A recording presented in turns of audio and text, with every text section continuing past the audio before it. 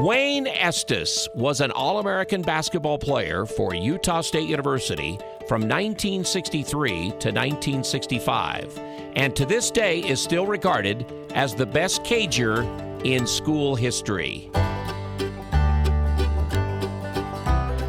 A native of Anaconda, Montana, Wayne came to Utah State in the summer of 1962 as a great all-around athlete who looked more like a football player than a basketball player. However, by the end of his freshman year, Wayne had proved all of the doubters wrong as he set the USU freshman scoring record with 254 points. As a varsity starter at the beginning of his sophomore season, Wayne would go on to play and start in all 75 games during his illustrious Aggie career, as he was held under 10 points just once and wound up with 31 20-point games, 18 30-point games, 7 40-point games, and a USU school record 52 points against Boston College during his senior season.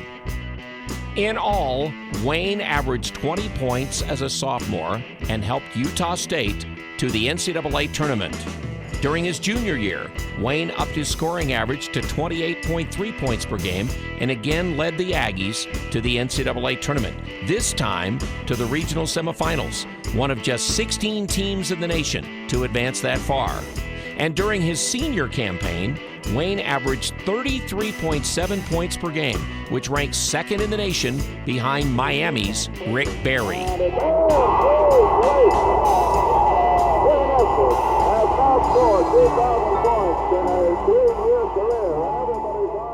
However, Wayne's senior season would be cut 6 games short as he was fatally electrocuted on February 8th of 1965, just hours after setting the Nelson Fieldhouse scoring record with 48 points and becoming just the 18th player in NCAA history to score 2,000 career points. A consensus All-American as a senior, Wayne still ranks as the third leading scorer in Utah State history with 2,001 points, and is the fourth leading rebounder in school history with 893. He still holds school records for career points per game at 26.7, free throws made in a career with 469, consecutive 10-point games with 64 in a row, points in a season with 821 as a junior, and points per game in a season with his 33.7 average as a senior. Points in a game with 52 against Boston College, and rebounds in a game with 28 versus Regis University.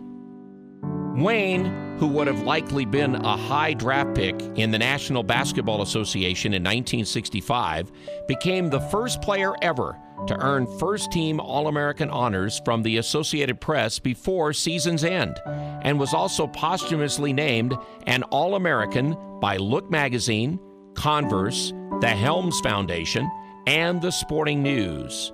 In 1967, Wayne was inducted into the Naismith Memorial Basketball Hall of Fame.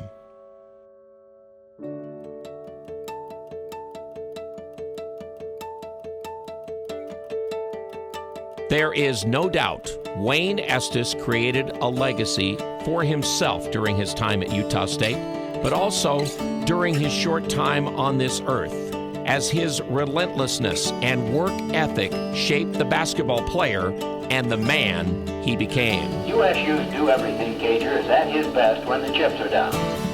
But Wayne's legacy reached much further than the basketball court, as he had a dramatic effect on the people who knew him, and even those who only knew of him. No one should ever forget Wayne Estes, not because of his tragic death, but for his well-lived life.